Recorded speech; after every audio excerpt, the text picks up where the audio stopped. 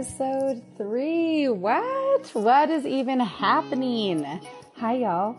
I'm super excited to be here with y'all right now doing this. This podcast and this in general is kind of shaping up to look like and be exactly what I wanted it to look like and be. And I am just feeling very loved and very supported and very engaged. And, I'm really excited that, and I'll tell you why. It's because when I started this, I really wanted this to look very community minded and interactive. And I wanted to give you all the opportunity to write in, like either questions that you have about lifestyle stuff or stories that you wanted to share or recipes that you wanted to share or food questions that you might have. And that's actually happening. And I'm thrilled and I'm actually really excited about this. So I'm going to kind of get right into reading off some of these questions and things, and sharing this with y'all. And just so y'all know, you are welcome to either send in audio clips or emails to yoursinbutter@gmail.com. And that actually really helps me kind of, settle into this idea of what we as a collective want this thing to look like. You know what I'm saying? So I'm just the conductor. Get on my bus. I'm so sorry that I just said that. Get on my train. Get on my conductor. Get on my train. Anyways, forgive me for saying that. I'm sorry, but I'm not actually sorry. So like I said, I'm going to sort of get right into these, and then I want to talk to y'all about farmers market again and what that looked like last week for me. And what that looks like with fucking hot ass days, 90-degree days. But anyways, so, Susie in Sarasota, Florida writes, my kids are a little bit older than Scarlett and Maddox. And if you're just listening, my kids are, Scarlett's almost 5 and Maddox is just about to be 11 months old. Okay. And I'm just starting to date again. I don't want their heads to spin, but I do want to be able to bring new friends around while we are still, quote, getting the wrapper off, end quote, and getting to know each other. I'm not worried about my kids. They are highly socialized, but I feel like I need to set a boundary with friends. Just because you and I are getting close, please don't imply that you are part of the family.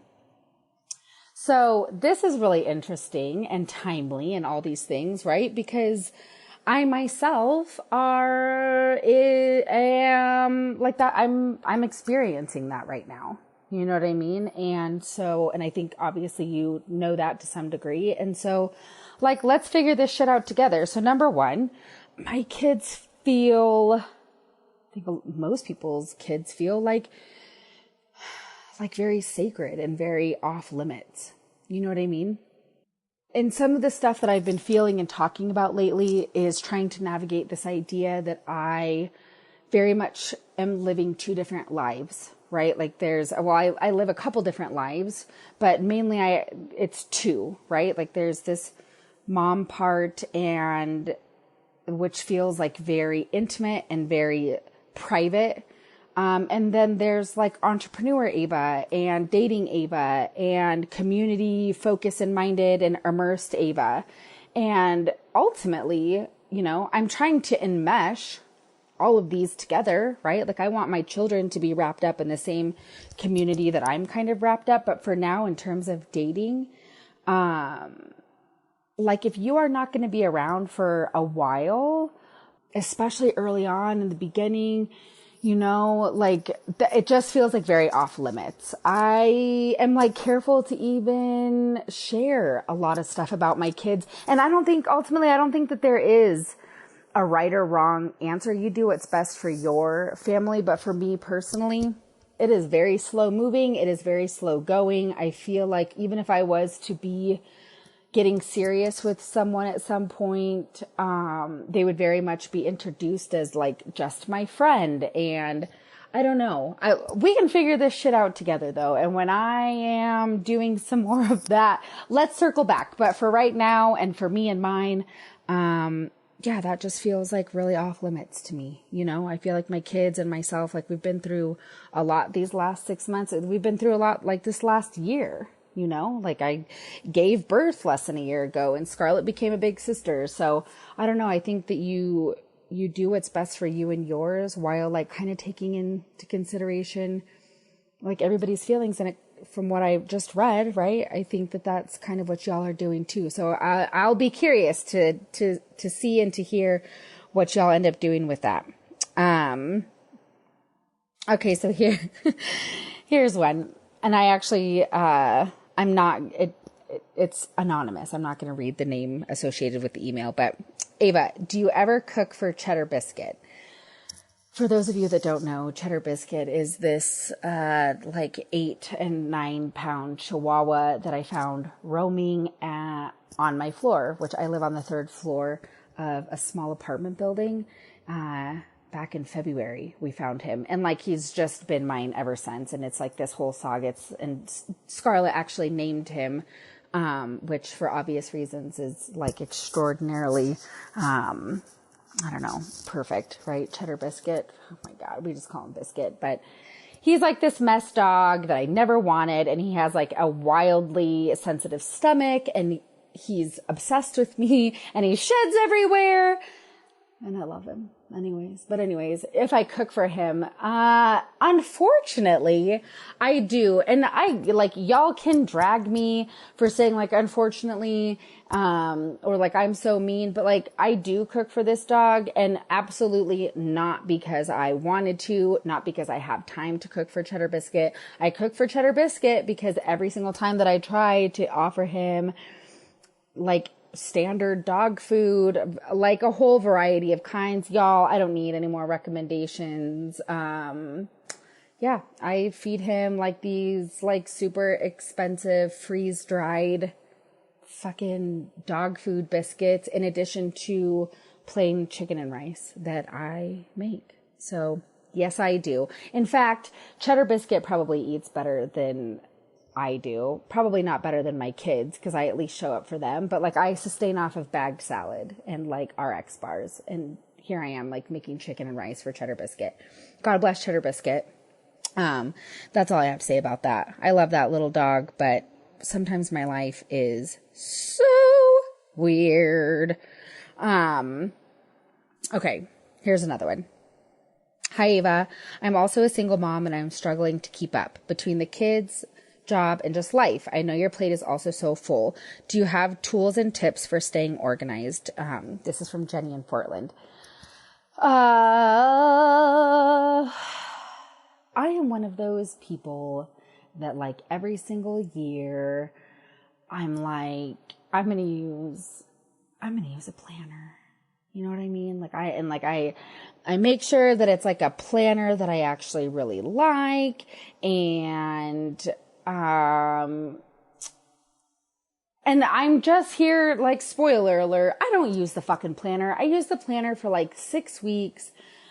I wish, honest to God, I really do. I wish that I had more to give you. I don't. I mean, I use my phone, which is ironic because I'm not a huge fan of technology. If you know me in real life, you know that I'm constantly like, please help me. Oh my God, I'm like a technology fail. But for like appointments and stuff, that's absolutely what I do anymore. I think what helps me the most, especially on the days that I have my children, is like having a routine, right? I mean, like it's nice because I drop them off at childcare every day, the same day and time. And so that is helpful.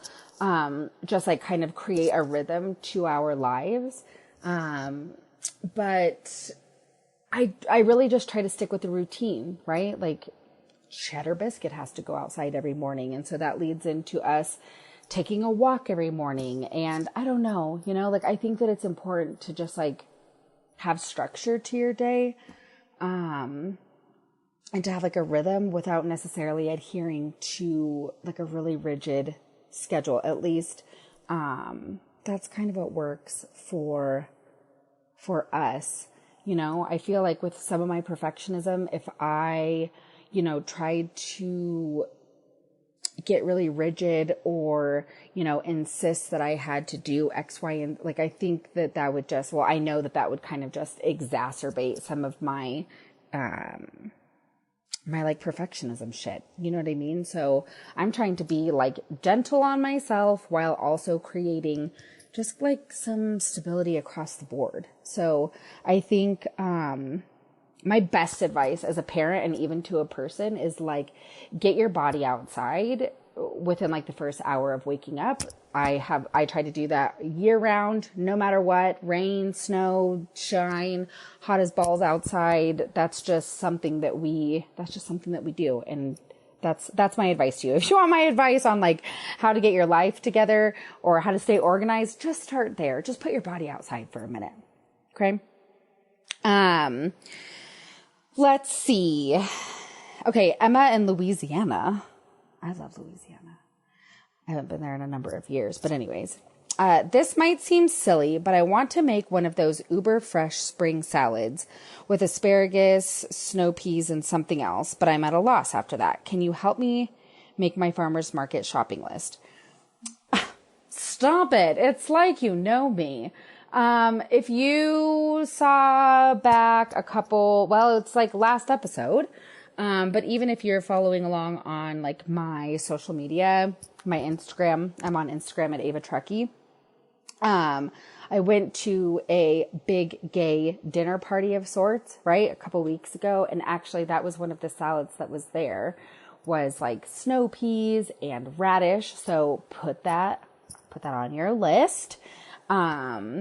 And I want to say she actually did a couple different kinds of radishes, which if you're in Colorado, which you're not, you're in Louisiana, but like right now, that's like one of the like hot commodities in terms of produce. That's like super readily available. Radishes. Get you some radishes, and you're absolutely right. Snow peas would be phenomenal, as is asparagus. And then if you can get your hands on like some mint and some dill, that's really good.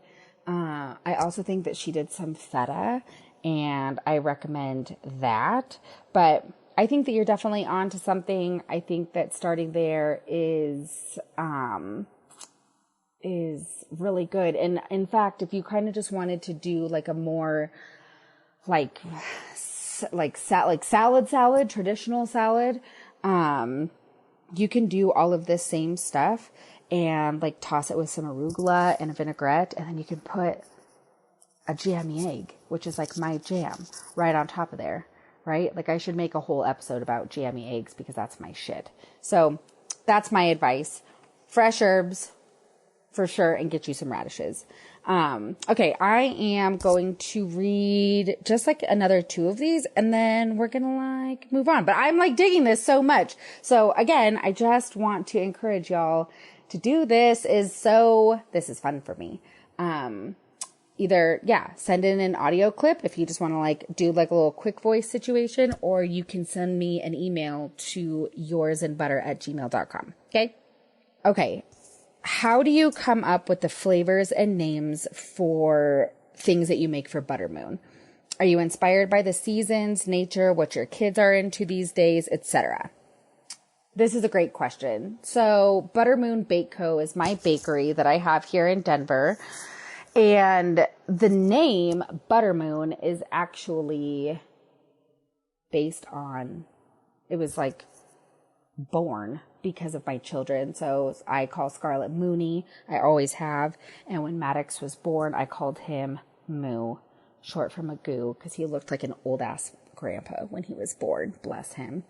And then butter is just like this core ingredient in all of the things that I make. So we'll start there. In terms of like flavors that I do, absolutely like seasonal for sure. And like, I don't get like super hung up, right? I mean, like, like we're doing blueberries and some shit like that when they're not necessarily like peak season, right? Because I don't know. In fact, I should back up a little bit because again, if you know me in real life, you know that like my perfectionism and like this all or nothing shit that I do is just like a common reoccurring theme in my life.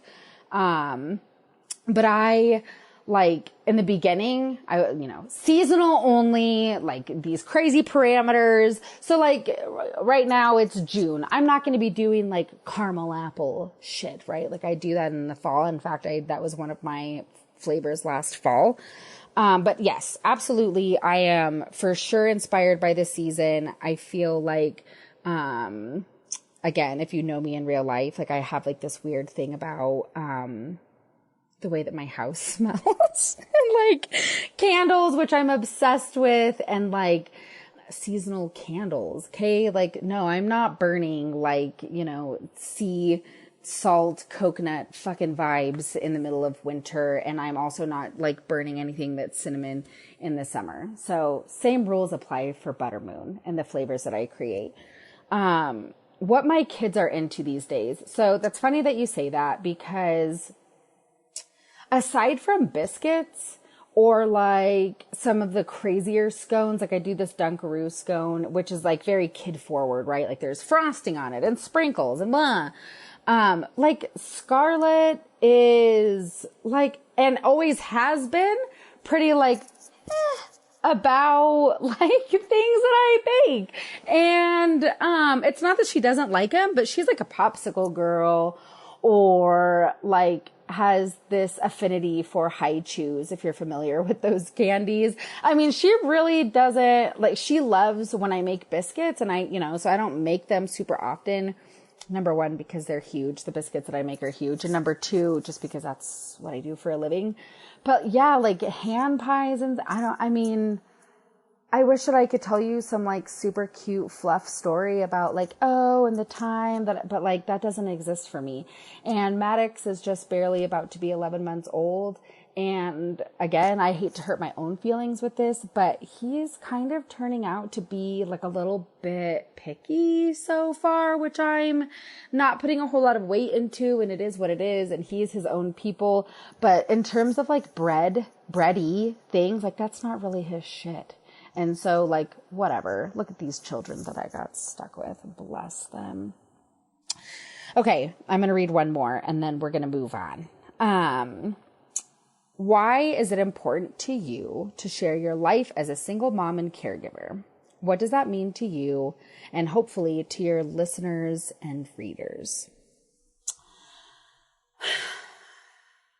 Well, if you follow along on like my social media or my blog that I'm not currently writing for, I'm so motherfucking sorry about that.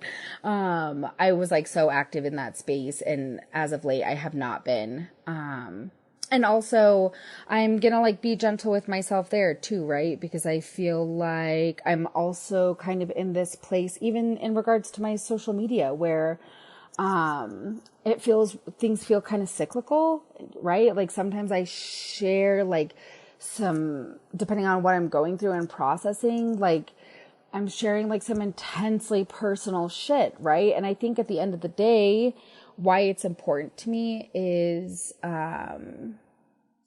just like with reading, and writing especially, right? I mean, I don't know, dictating is in a way like a form of writing. Kind of. Are you following that? Does that make sense to y'all? But when I'm writing for like social media or my blog, or when I'm sharing stories in my food and storytelling Facebook group, which is called Feed Me a Story, that's how I process and understand. Like I talk a lot about writing my way through things, and I think it's important to me so that I can get a grip and like a better understanding and a better feel for the things that I'm experiencing right now. And also it's cathartic as fuck for me, so I think most people, maybe some people, are really intimidated by maybe like putting it all out there. And I feel like for me, it's almost easier in a way, because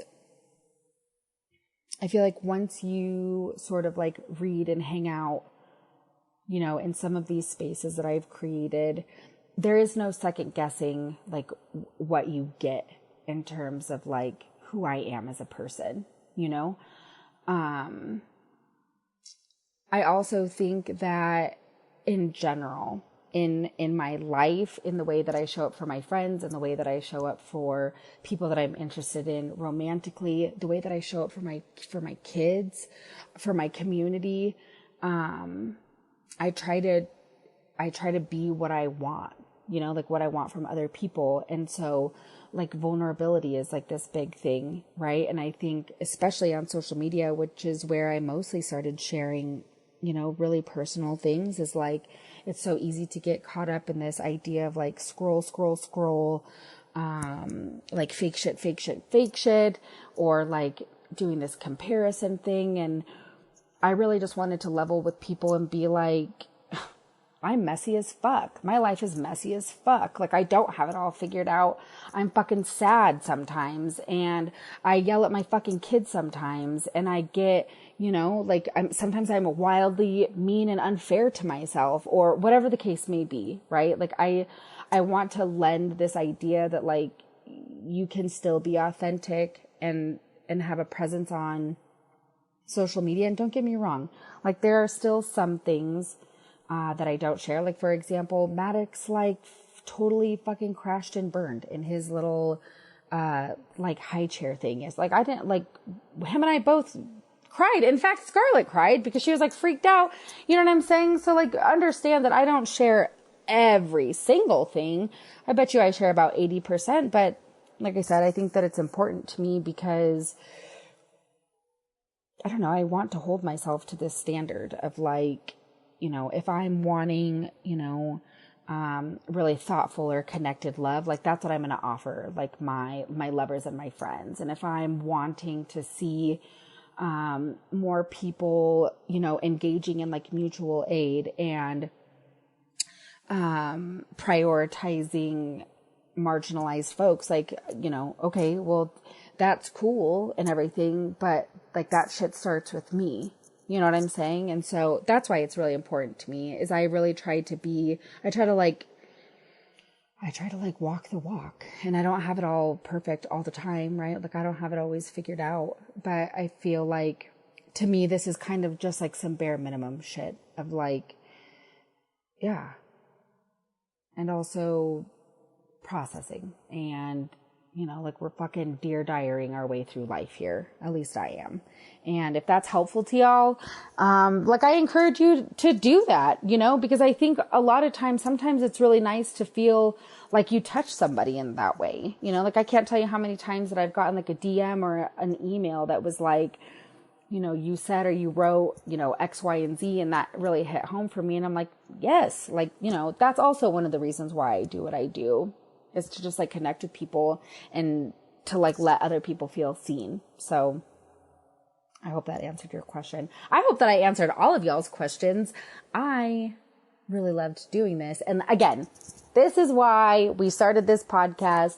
And, you know, and, like, maybe it's not always going to be this many questions or whatever every single week, but yeah, like, I want to do all the things. I want it to be, like, community and cooking and food and, like, my life, but I also want to share y'all's too. So if you have, like, stories or whatever, like, I want to share those too. So get in there. Email me, yoursandbutter@gmail.com. Okay. So, I'm so sorry. I've been trying to, like, avoid drinking water this entire, like, every time that I've ever recorded, and that's not happening today because it's just, like, so bloody hot outside. I'm drinking water. I'm sorry if you can hear me swallowing, for those of you that are like, bleh, gross, like chewing or like drinking noises. You'll have to get over it. So I just wrapped up, I think it was week 4 of the farmer's market, and it was very much like this sort of, your bones are settling in, you know, like, this is like reality, right? And that's not to say that, like, the shine has worn off, but it's to say that, like, this is what I'm doing. There's, like, more of a routine. there is more, this is all good. You know what I'm saying? But also like the not so glamorous parts of it are like waking up every Saturday at 1:00 in the morning is like really starting to catch up with me and kind of fuck with me. Also this last week was the hottest week that we've had there so far. And of course I think that I have like packed my shorts because I knew that it was supposed to, and I didn't. Long story short, I didn't. And so I like stood out in 93-degree weather for hours and hours in black jeans, and just like sucks to suck, Ava. Lesson learned. Like I think I already put a pair of shorts in my gym bag to like avoid that whole debacle, but I was still thinking about the last episode, and I don't know if it's helpful for me to like reference the last episode.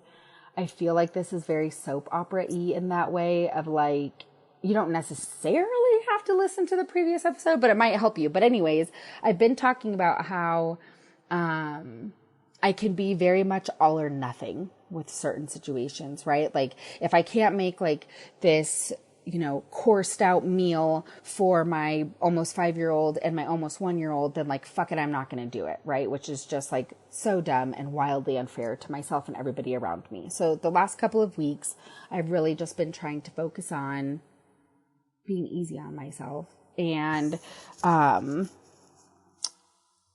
of, doing this thing where I'm like immersing myself in my community. And that kind of starts really organically with me being at the farmer's market, not just as a vendor, but like as a shopper too, And so this week I went and got some handmade pasta that's made here locally. And then I also got one like singular big ass heirloom tomato, so that I could make pesto and use this really beautiful pasta that I got. And she does like a bunch of hand milled flours, and it was lovely. But like, I'm just trying to start there, and I feel like some of this is like baby steps of like utilizing the things that are around me, creating community around me, and also using things that are like at my fingertips that I can access really easily, supporting small and local business, right? Like, again, like I'm trying to do the things that I hope that people do for me and show up for other folks the way that I hope that folks show up for me.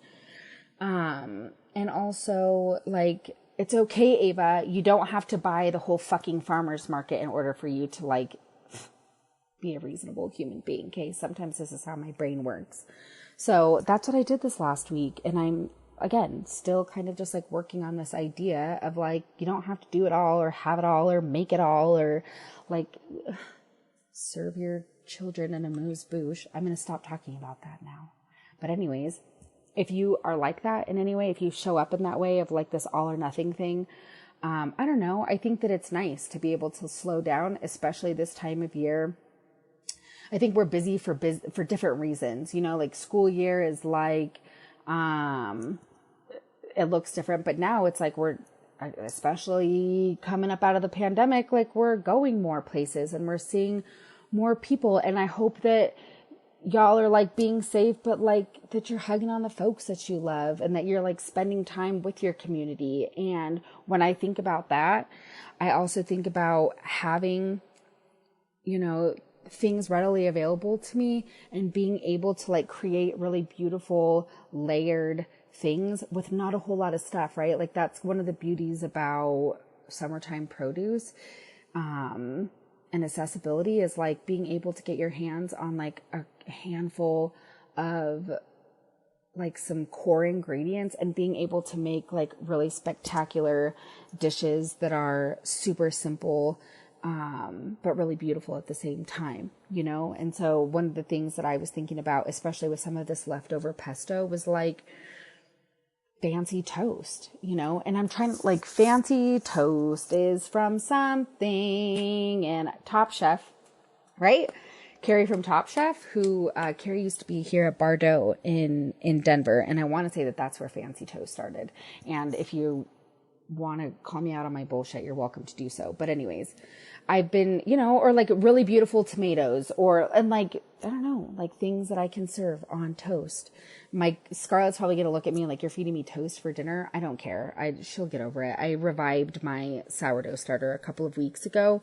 And so that's been something that's like, yeah, on my brain is like collecting, getting my hands on a few like really seasonal, simple ingredients and being able to make something simple but beautiful that tastes good and that I'm going to feel good about like, hey, I created something, I made dinner. No, I didn't serve it with, a salad fork. Again, I just referenced last episode. Forgive me, but also love me. I'm sorry, but I'm not actually that sorry. And this week I am getting ready to attend another big gay dinner. We're doing big queer taco night on Thursday night, and I'm making esquites, which is just like a really simple, again, simple at my fingertips. It's a corn salad with like a little Mexican crema and some cilantro and lime. And if you're familiar with like an elote, it's kind of similar to that. It's off the cob. But yeah, like I'm gonna keep being gentle with myself in terms of like expectations that I have. And like, I don't know, I want to hear what y'all are making with like just a handful of things that you can get your mitts on in your neck of the woods. There I go again with like some Al Roker references. I'm never going to stop doing that, just so you guys know. But yeah, I loved this. I loved doing this with y'all and being able to connect with you guys in this way. And I want to do more of this. And yeah, like I said, if you're stuck in a rut or if you need some guidance on like what to make, drop me a line. And I also want to hear what y'all are making with some of your farmers market stuff. We're going to like ride this farmers market train until it's like unrideable. What did I say at the beginning? Like, I'm just the conductor, but like get on my train. I mean it. So I'm happy to be doing this with y'all, and I'm happy to be connecting with y'all in this way. And I'll catch up with y'all next week. Later.